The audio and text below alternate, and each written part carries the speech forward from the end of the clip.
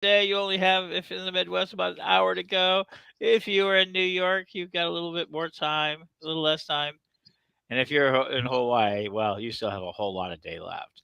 But here we are today with Lord Don Lewis, as you know, and the man who'll answer anything, anytime. He's one of the best question answers out there. And he found that out last night, along with Reverend Mary Hawkins. They're going to talk about triskaidekaphobia, which is the fear of Friday the 13th or 13, and other numerologically based systems. And I guess this year has been just a year for numerology. How you doing, folks? And let me hand over the show to you. Hello, everyone. Hi, Mary. Hello, Lord Don. How are you tonight? I'm very good. So, I guess we are going to be talking about triskaidekaphobia, which is the fear of the number 13, and I guess also why Friday the 13th is a thing. And there's the truth is there is no agreed upon answer to that question or to the origin of why 13 is considered an unlucky number by some. And I say by some because it's not a universal thing, and particularly in some branches of the metaphysical world, we tend to think of it more as a lucky number. Um, and Friday Right. the 13th is a lucky day. And we want to say hello to Monica East in the chat room. Hello, Monica. I always was raised with the idea that Friday the 13th was particularly lucky for people on a magical path. And the number 13 has been significant throughout history, partly because the number 12 is so significant throughout history. And 13 is very often thought of as a number of new beginning after fulfilling the number 12. You have 12 zodiacal signs, 12 Olympic gods, 12 months in a year. In Christianity, you have 12 disciples All for disciples. Jesus. You have 12 members of I guess we'll say mythical covens, which when they hit 13 must split because 12 was all they were allowed. So 13 is not necessarily an unlucky number, but a number of change. And people often view change as unlucky. We want to say hello to Ryan and Jonah and everyone in the chat room. And Ryan remarks on having heard that Aquarius is a 13th sign. I'm not really sure where that comes from, but there are two forms of astrology practiced in the world: sterile and tropical. And the sort of astrology that most people practice has 12 signs, and they are divorced from the actual position of the stars. Whereas that form of astrology that is still connected to the position of the stars does, in some cases, recognize 13 signs, but the 13th is a fiacus. And Good evening, Nico. I so think those, this, I was going to say the silliest explanation for 13 was being bad luck I ever saw was a suggestion that early man counted to 10 on his fingers and then counted 2 feet, and that's 12. So anything beyond that is scary and unknown. And the first thing that ran through my 10 or 11-year-old mind is, well, why wasn't he counting to 20 on his fingers and toes? well, I think we all know that there are some men who cannot count beyond 21, but I think that that's exactly the answer I would make. I have to agree that that is not one of the things I could consider as a reasonable origin. Now, a couple of other things about 13. In a lunar year, I believe there are 13 months. In the Roman There are. calendar, the calends was the first day of the month, and the ides was, in most months, the 13th day. And that may have influenced the idea of 13 having a special significance, although that significance may have changed over time. People often think of the ides as the 15th of the month, but that was only certain months. And it just so happens to have been the case in the month when Julius Caesar was assassinated. So we hear about the ides of March as the 15th of March, but Normally, it would have been the 13th in other months. But that one warning, his wife Calpurnia dreamed it, Yes. supposedly. But it was not normally considered an ill-fortunate day. No, not normally. It's just Calpurnia dreamed that he should not leave the house on the Edis Yes. on that particular day. And being a man, he didn't listen to her. Yes.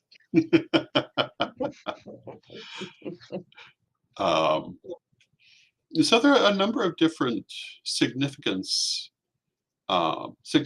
associated with the number 13, of which most are not negative, but some are, and particularly the number. And in fact, Ryan just mentioned what I was about to mention. One of the reasons that many people think Friday the 13th gained the reputation of being an unlucky day has to do with the fall of the Knights Templar, because the attack against them began, I believe, on Friday the 13th. I don't know if I buy that, because it was actually a campaign that was carried out over some time. And I don't know if that one date would necessarily have carried that much weight, but maybe it would have. When the Knights Templar fell, it was certainly an unexpected and major event in Western Europe, because they were a very powerful order. And there was no warning whatsoever that this was about to happen. The day of itself is associated commonly with the goddess Venus, with goddess in general. And some people hold that Friday the 13th has its reputation because it's the day of the goddess and the number of months in a lunar year. And that also would be why followers of goddess religion would regard it as a lucky day. Although I don't know that there's really much to put behind that either. It really does seem in a lot of ways that it's lost behind the mists of time. Why specifically? A lot of things may have influenced it, but what caused it, I don't know that it can be said with certainty. However, the Templar thing is one of the more specific things that can be referred to. Yes, well, all it takes is one person to have a really bad event on Friday the 13th, then. Well, it is true that sometimes a single event will echo through history for various reasons. And Shakespeare made a reference in a couple of his plays to Friday the 13th being ill-favored. Mm-hmm. And that tells you it's a very old belief. So it's an old belief. Yeah. Although Shakespeare was several hundred years after the Templars, so they could still be the origin of it. But it's certainly something that goes back. What do we say to people who don't believe in luck or fate? Well, they don't have to. That's a good answer. Doesn't mean luck and fate may not believe in you. But I find for myself, I'm a great believer in the idea that we create a great deal of our own universe. I remember being a young person debating the merit of fortune cookies. And I decided, I like the idea of fortune cookies. I want them to work for me. And they always have. Except, of course, in those rare occasions where they're not even trying. Because, some people have fortune cookies that are basically a joke rather than a fortune. But I believe that if you set a language for spirit to use to speak to you, spirit will use it. In the second degree lessons, extensively in how divination works on this principle, that these symbols, therefore deity will use them to speak to you. And what do we mean by deity? Well, different people perceive deity in different ways. But we could say the universe, we could say existence, we could say your higher self. All of these things, to me, are aspects of deity. And I find that if you do set the language, spirit will speak to you that way. And that brings us back to whether Friday the 13th is a lucky or unlucky day. If you're expecting it to be unlucky, you can very easily make it unlucky, I'm sure. I do not choose to endorse that view. I choose to take the other view that it's a lucky day because I'd rather have a lucky day. Exactly. If you're expecting it to be an unlucky day and you stub your toe, you're going to say, well, of course, it's Friday the 13th. Mm-hmm. And it's I think when people think of superstitions like Friday the 13th, they also think, and I'm using the term superstition loosely, of the idea of the black cat crossing your path being bad luck. But what I generally say about that is it's not so much that it's bad luck; it's calling your attention to something you need to see. It's only bad luck if you don't pay attention. But also, a lot of people have the idea that historically black cats were considered bad luck in general, and that was never the case. It was only crossing the path. If a black cat followed you home, that was a particularly good omen.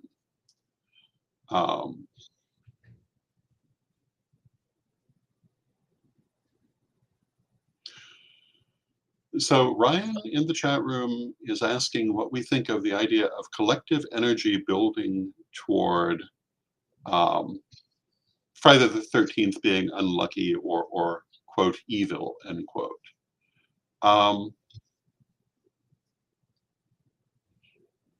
I think that can be a thing. I think that when a number of people all believe the same thing, they can influence it. I also believe that if you believe something else, you can influence it too. I'm a great believer in the interactive universe. But I will have to say that when everybody has a similar opinion, the energy is going to flow in the direction of that opinion. And I think that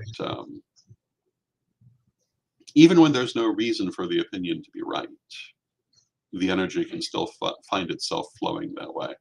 And so I think we need to be very careful of our opinions. And, we often talk about shadow work and why this is important, and this is one of those reasons. I used the term superstition a little while ago, and I pointed out I was using it in a broad sense because I'm a great believer in Plutarch's definition of superstition, which is that superstition are beliefs that are based on fear of deity, as opposed to beliefs that are based on love of deity. And I'm not a great believer in superstitions for that reason. I don't think you should do things out of fear. So when we talk about Friday the 13th, from my point of view, we're talking about historical beliefs about it.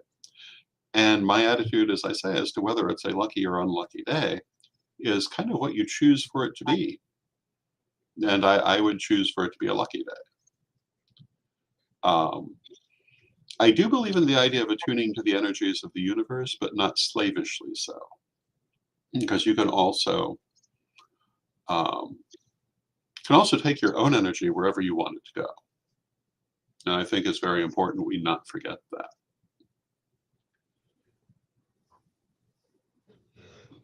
I agree. And if people can collectively build energy towards the idea Friday the 13th is unlucky, you can equally build collective energy towards the idea it is lucky. Yes. And you can also totally psych yourself out in either direction. But the other thing about the number 13, not necessarily Friday the 13th as such, but the number 13, is that numerologically speaking, it reduces to 4. And in some, I figure we could talk about the meaning of 4. My understanding has always been that 4 is about work and lessons and understandings that people may tend to resist. Good evening, Reverend Michael. Yeah, that is my understanding of the 4. And also throw in some discipline and organization there. There are 2 primary methods of numerology that are used. There are more in the world, but um, that people who are working with us would be likely to be using would be either the Hebrew-based system of numerology or the Greek-based system. I use the Greek-based system, and in that, Saturn is the ruler of the number 4, and hence some of those meanings. 4 is also, of course, a number of stability, and can be a number of strength, and I think it depends on how you interact with that energy. It can be strength and stability. And in some of my studies, the downside to it is it can also be rigid to the point of immobility. Mhm. And all of the different numbers, I mean, they all have their own meaning, but they also have both positive and negative qualities. Right. And how you interact with those, what is accented, of course, will be individual to the circumstance. Right. So if you're looking at the energy of the 13 when it's reduced to a 4, you're looking at an energy that can be very disciplined, very organized, and indicates there is some hard work to be done. Mhm.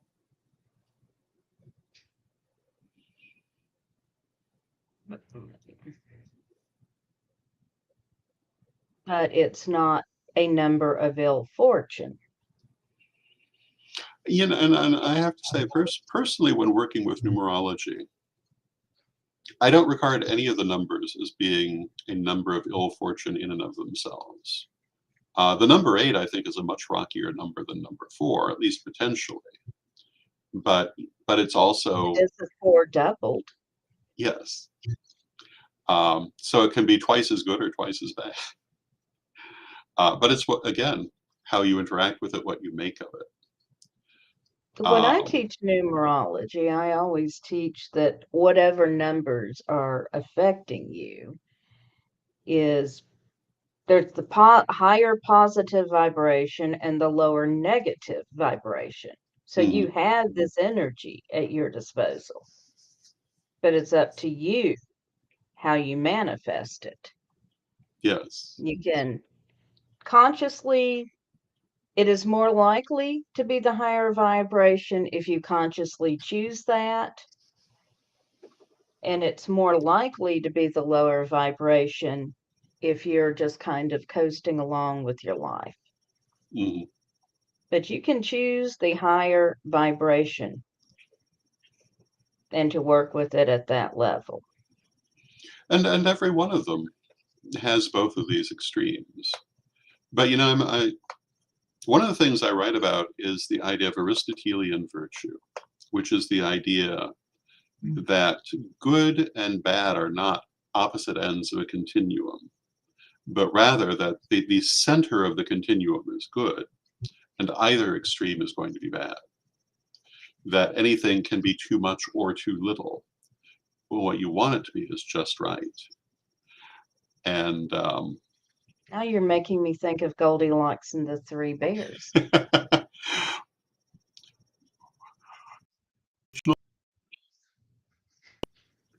um, but you know, when you think about it, it actually is an illustration of that concept. Yes. Um,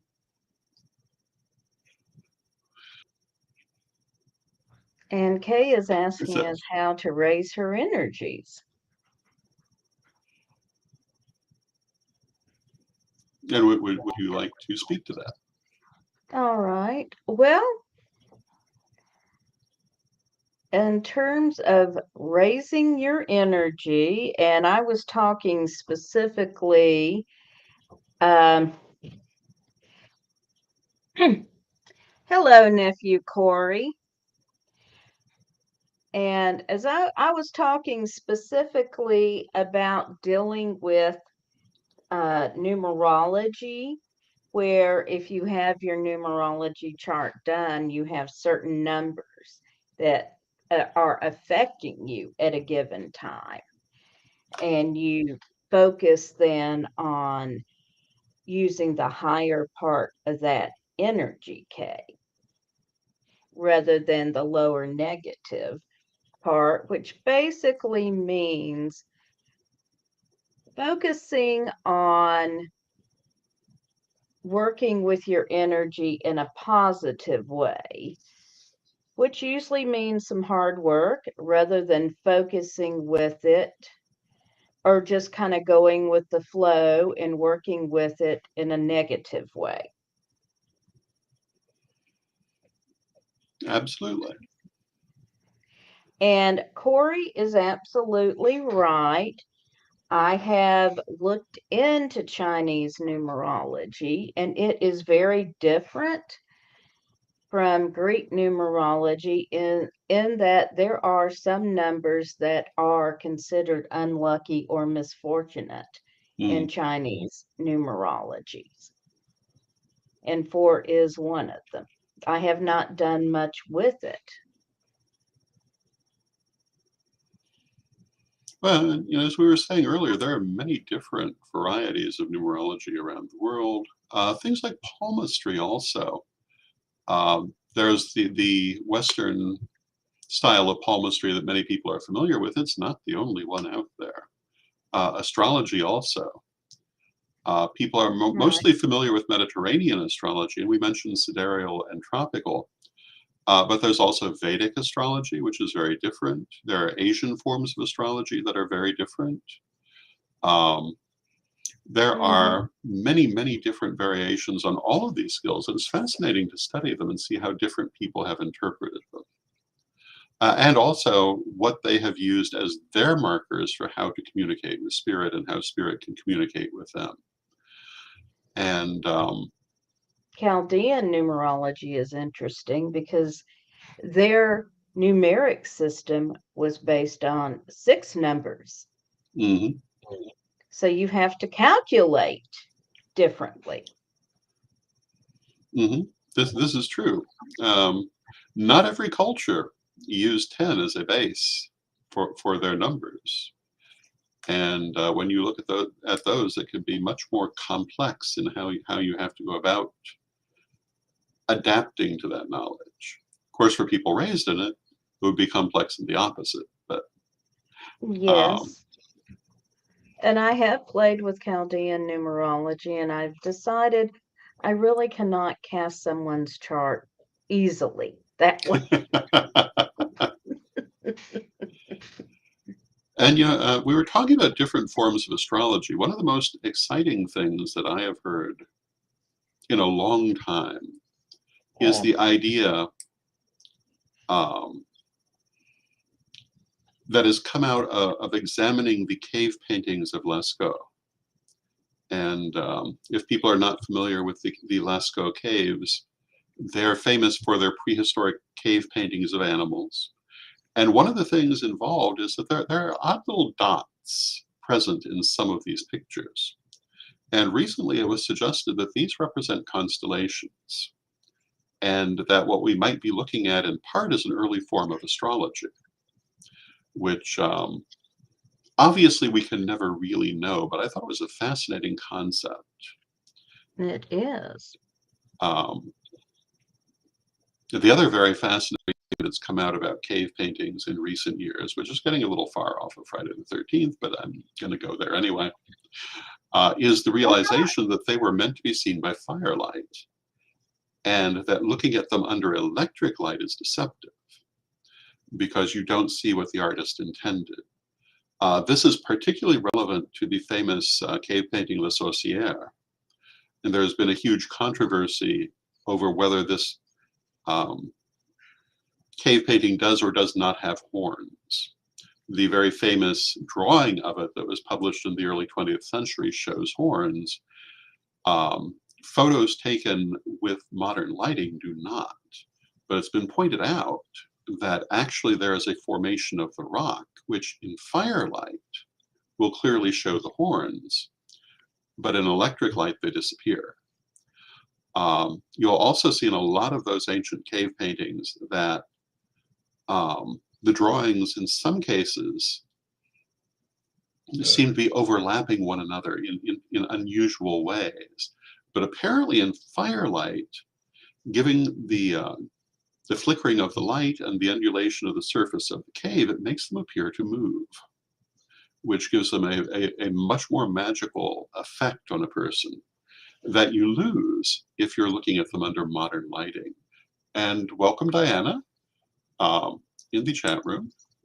And we're talking about triskaidekaphobia, numerology, and for some strange reason, cave painting. Because we got there. Because we got there. But it also goes to show how hard it can be to understand sometimes what ancient peoples meant if we don't have any guide to it. And sometimes we get surprised when we get a little bit more information. And Ryan is pointing out that the Mayans also used a different base to their their numerical calculations, which is absolutely true. And also, I want to say to their astrology as well. And one of the interesting things about the Maya is a lot of people have the false idea that the Maya are gone. The Maya are still right there in Central America. It's the great Maya cities that collapsed. But the Maya culture actually is still there now. One of the interesting things a few years ago, there was a big deal over the ending of the Maya calendar.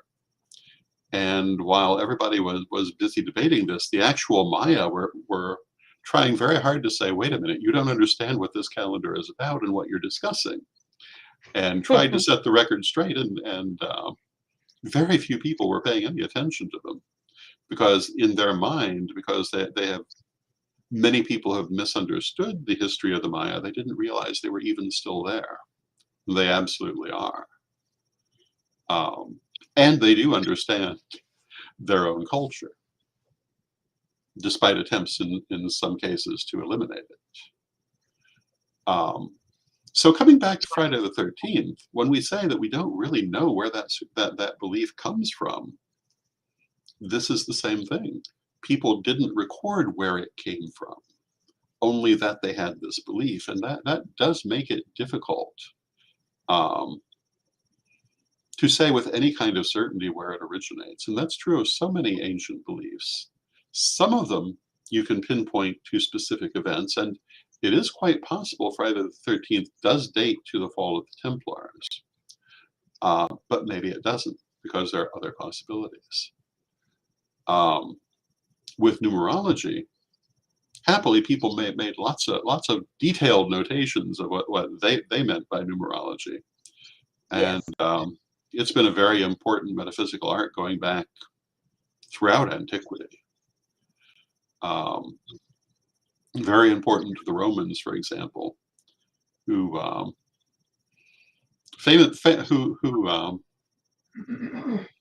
were very fond of dice games that also tied into numerology because of the planetary rulers of the different numbers. And in Roman dice, the best number to roll was a 6 because it was ruled by Venus, which was considered a very auspicious number. So in practicing numerology, what attracted you to it as a specialty? I have always loved math. I was the one kid in school who didn't groan when math class started. I can't give you a better answer than that. And then, I found a website on numerology fairly early in my path, and I picked up a couple of books and a couple of more books and a couple of more books. You know how these things go. And Yes. it's just always resonated with me. And I read tarot from a numerological point of view, always have. Mm. And you get a reputation as the numbers lady in a local area. So I'm hanging out with some friends at a local metaphysical store, and a random woman walks up to me and says, "Excuse me, the owner says I'm supposed to ask you why I'm seeing the number 6 everywhere." So I start explaining to her the meanings of the number 6, and she's like, "Oh, oh, oh, yeah, I got to work on that." Yeah, that's what Spirit's trying to tell you. Well, apparently the message got through with a little help. Yes. Once I started explaining the significance of 6, it made perfect sense to her. Mm. Yeah, I believe it was Pythagoras who is credited with creating um, certainly the Greek form of numerology. I think he Right. might be the earliest form of numerology, but I'm not certain about that either. I Uh, think the Chaldeans were earlier. I do know that Pythagoras claimed that, or it was claimed of him, that he used music as his inspiration for numerology, and that he considered number to be a language that Yes. transcended spoken language. And certainly in numerology, that is true. Yes. Numbers convey so many ideas.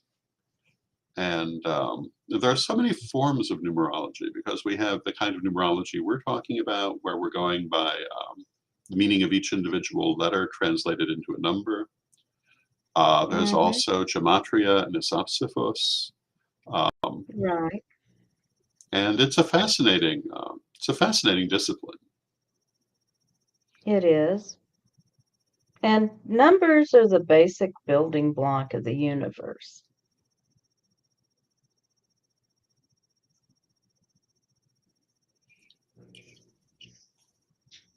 Uh, well, Diana, I had just said numbers are the building block of the universe, so I'm not entirely sure what you mean by the human design system,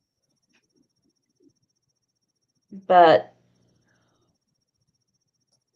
there are a whole lot of mathematical formulas tied up in our biology.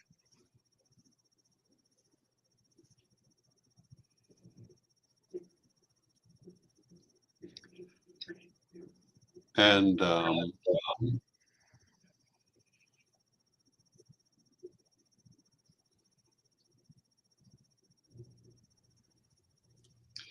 Orion suggests a video on nature by numbers uh, on YouTube.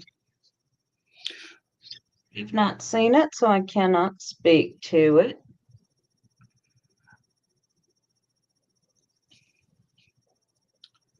But numerology is present in so many things, including, I would say, sacred geometry, which runs heavily on numerological concepts. And you find it Right. also in underlying a great many systems. Yes. To answer Corey's question, if if you always look at the clock and see certain numbers or they come to you another way, then that number is significant to you. Now, and I'm aware of the branch of angelic thought about the time 9/11, and I do not know much about that branch of numerology, so I'm not going to comment. I will tell my nephew that 11 is a number relating to being a psychic, and we know that. It also relates to being a spiritual teacher.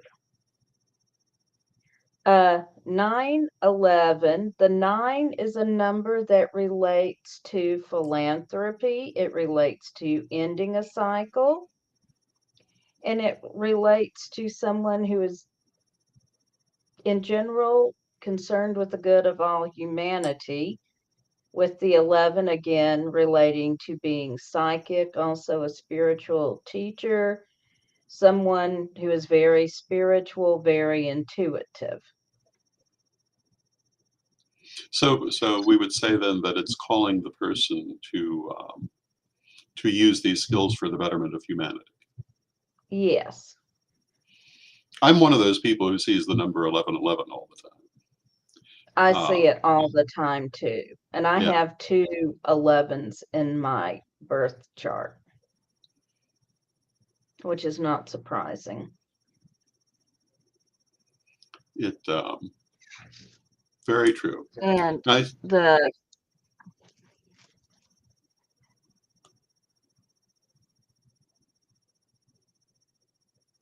Okay, now the question about numerology and the Norse runes, I'm not aware of any connection, but I don't know very much about the runes, honestly.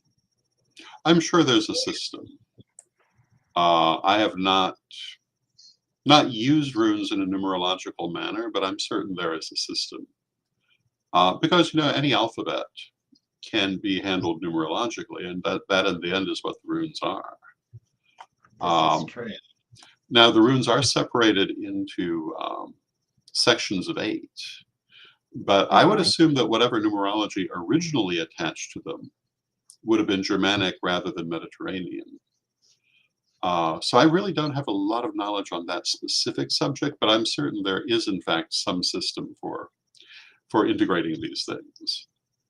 And if not, there should be. And I see that we are a little past the half hour, so we probably should be saying good night presently. Although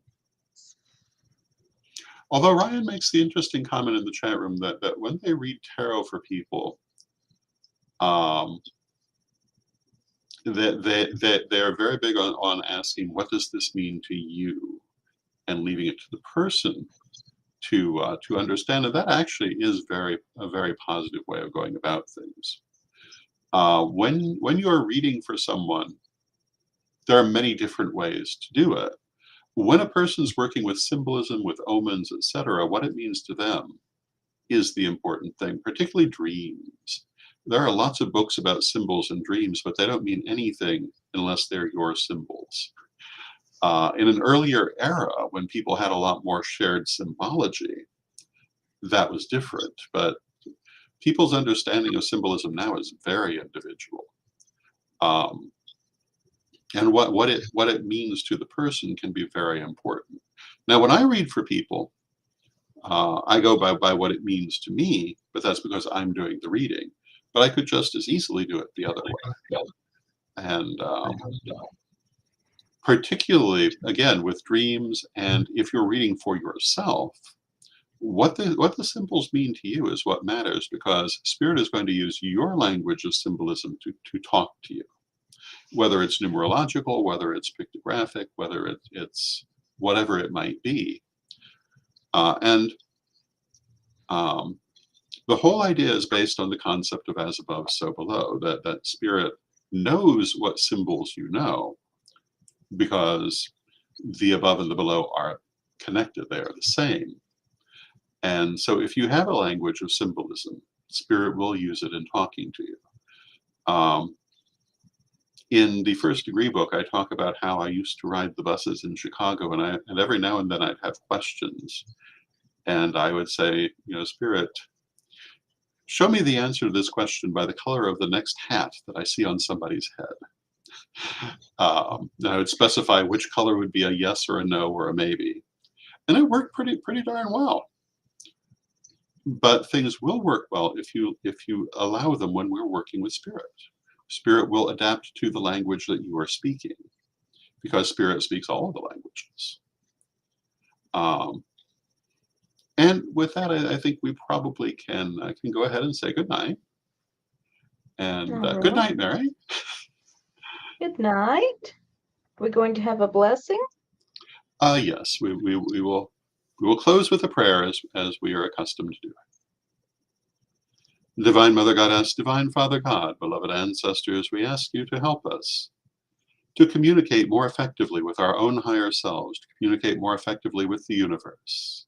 Help us to understand the messages of Spirit, and help us to understand our own mind as we go forward, that we may move in harmony with our highest selves and our highest good. Beloved Mother Goddess, beloved Father God, beloved ancestors, we thank you with great love and with respect. So mote it be. So might it be. Good night, everybody.